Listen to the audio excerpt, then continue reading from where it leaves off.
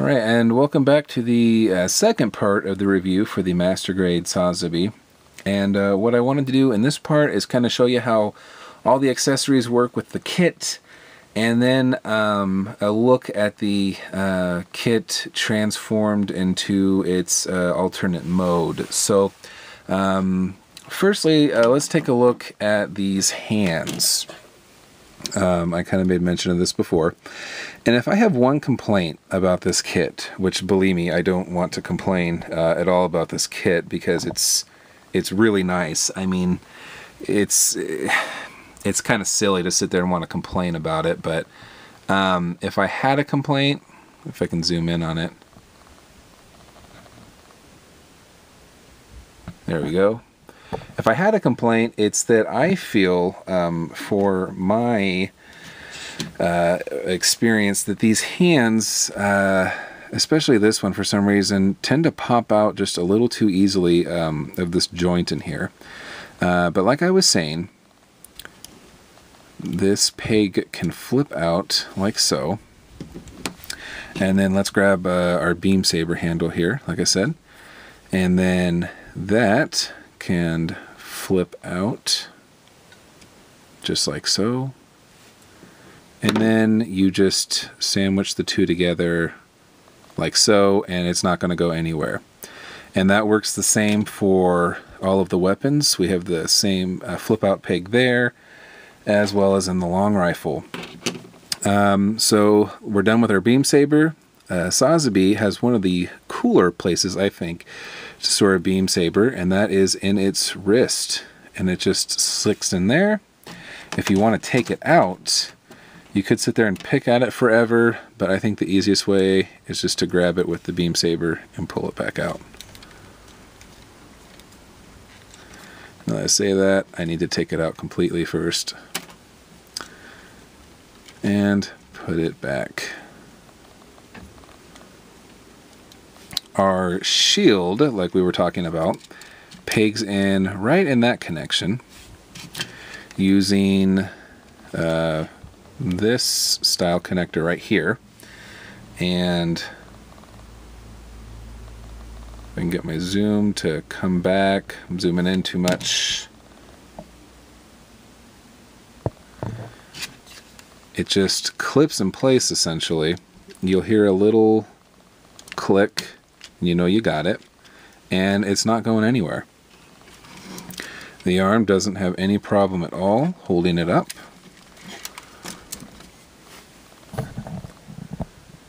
And it looks really nice. And again, it's a big kit, so obviously it's going to have a big shield. Something else that I should have went over in the last video, but I forgot, are the funnels on the backpack. The funnel is pretty cool. To actually get them out, you have to pull up first on this, and then these can flip open. And then there's an inner mechanism that also holds them in place, so then that has to be flipped open. And then lastly, these are each pegged in place, so you have to pull each one out. And you can do this for each one, but you flip these open, and then we see our little thrusters back here, so you push that, and then the little beam part sticks out. And then you just kind of close these back up until they rest against the thruster. And you have a finished funnel. And he's got 6 of these. So you can imagine how tedious it's going to be making these. But fortunately, it's, you know, actually it's quite a, it's about, I want to say maybe 8 or 9 pieces for each one. So it might get a little repetitious, but it's certainly cool having them. It's one of the cooler weapons you get to see him use in Char's Counterattack. And by the way, if you haven't seen Char's Counterattack, great movie. Totally recommend it if you haven't seen it. But chances are, if you're watching this review, you have seen it many times. Now, there's one other gimmick, since we're talking about the backpack. That's actually, I need to pull the backpack off. In the last part, you remember me saying that you couldn't put the cockpit in the head. And that's because the head has a different gimmick. So this is actually pretty simple to take off. And we'll just kind of discard him for the time being. Come down here to our mat. So here is our head. And the head has a neat little feature where you can pull this front mask, and that'll come off. And it's actually not supposed to come off. I have had a few issues with this, and I'm wondering if any of you guys who have built this have either. What I have had to do is kind of shave a couple of pieces off just to make this work halfway right. But nice. Well, hey, you know what? Actually, since this is done, here is a sphere the same size as the cockpit. So essentially, this is the cockpit that is not removable, but that would be where Shar is sitting. Let me put this back on. You know, you do this 100 times, and as soon as you try to film it, everything starts falling apart. Okay, so what you should be able to do is pull that down like so, and then this will actually hinge up. And then you can see the inner cockpit in there, and then we can see his eye, and we can actually move his eye if you want. His face mask here and the visor are also movable, and you can come in there, if I get that on camera if you want, and you can rotate the eye around. You can close that up, and the last feature with the head is if you have an LED, which the kit comes with an LED, it doesn't come with a battery. So you will have to acquire your own battery for this. But if you want, you can light the LED on and his mono eye will light up. Now, I think maybe after painting, if you paint a couple of things, what I'm getting at anyways, is that his eye, if you move the eye in a different direction, it doesn't really look like, you know, he's looking out this way, because it kind of just lights up everything. I'm wondering maybe after some painting if that might change that, but that is available, and the LED just fits up in there. And there you go. And then again, just getting this reattached isn't really that big of a deal. But I'll leave the LED out. It'll just slide back in there, and it clips in place. And there you go. And then we can just peg the backpack back into it. And actually, let's talk about one other thing before I put the backpack in. The backpack clips onto this right here. This right here, you may have seen before, is actually where the action base connector will go. So if I have two gripes about this kit, one being I wish the hands felt more secure connecting to the wrist. Secondly, they don't give you a action base connector. So if you don't have one for that style, you can't actually use an action base. And I had one, and I don't know where it is, so I don't actually have one. So I guess I'm a little annoyed by that, and if they gave me one, I would have been all the happier. But, you know, I don't ever really use action bases that much, so it's not the end of the world to me. So what I want to do next is go over the transformation, and I think the transformation in itself could be a video.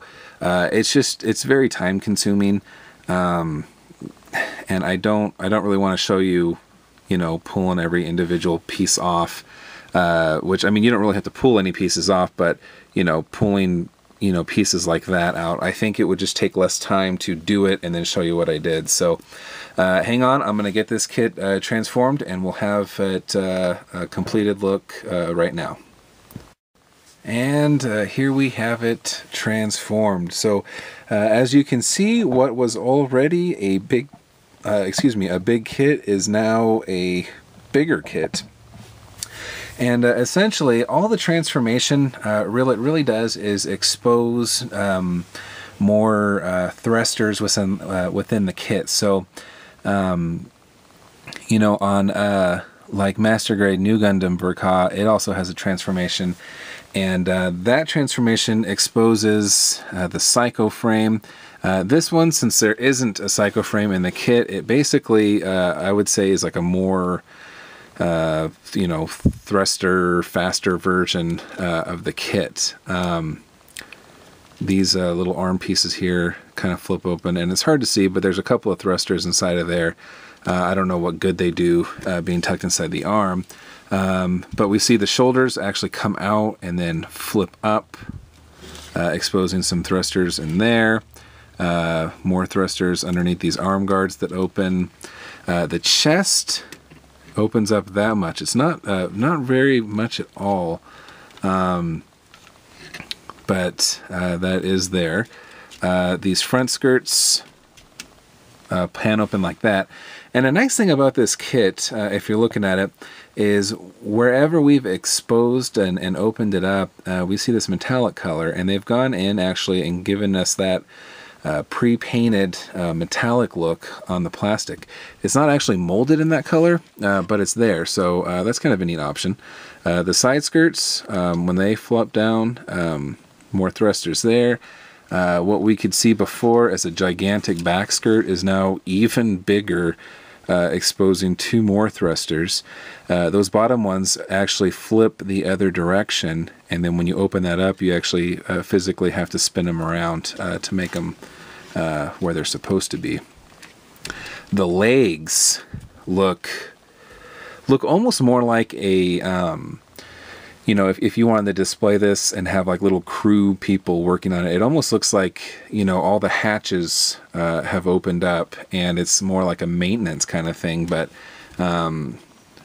flipping this guy around, I mean, just tons of thrusters in there. There's even a thruster up in that piece. Very cool kit. Tons of stuff you can do with this kit. Easily one of my favorites. We do have one more feature down here at the feet I forgot to bring out, and that is you can flip that down, and then these up here, if I can get these, can also flip out like so. And then it's kind of like the anchors that some of the other kits have that you would see when they would land on like an asteroid or something. Those little anchors would pop out of their feet, and they decided to throw that in this kit. So no complaining. I mean, it's definitely cool. So overall, it's really an amazing kit. You know, they did so much, I think, to make this kit, to make 2013, the Master Grade for 2013 in December, the last one, to really go out with a bang. And I think they accomplished that. They really just nailed this thing out of the park.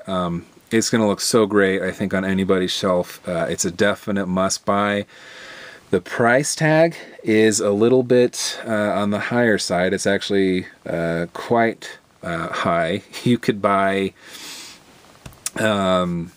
I got this kit kind of on a deal, so I ended up only spending, for the kit, about $65 for the kit. After shipping, it was about $100, and then you can buy them locally for over $100. I think about $113.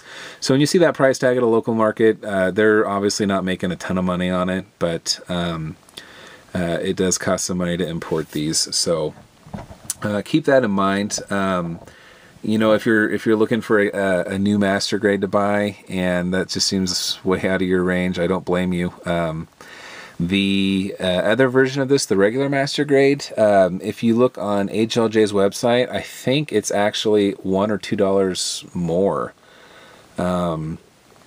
So that's just something to keep in mind. But overall, it's a fantastic kit.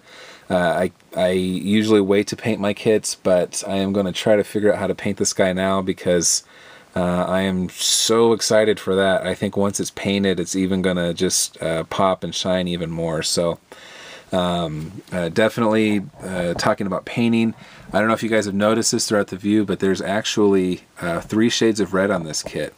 There is this kind of orangish red we see up here. There is this regular red we see here, and then a dark red. So there's quite a few custom color schemes already out there. I really don't want to do that. I don't know, I kind of feel like this deserves to be just how it is, and I don't want to change it. So I may end up adding some more detail though. I think that if just as an idea, I mean, you can see the underside of this upper piece of armor in here. Well, if that was maybe painted some kind of gray color on underneath and then the red outside, I think that would look neat. So that's all I'm really talking about that might differ. And I think that'll do it for this video. I know it's insanely long. I can't think of anything else. Yeah, if you don't have it and you're thinking about buying it, definitely buy it. It'll take you a while to put together. I'm a husband and I've got a full-time job, and this took me almost a week to build. So it's not something you're going to snap together in an afternoon. But if you enjoy the building process, you will be as happy as you'll ever be building this kit, I think. So I appreciate you guys watching. My next video, I think I'm going to get into painting this guy. So stay tuned to that. And with that, I'll see you guys next time on the painting work in progress for this guy. See you then.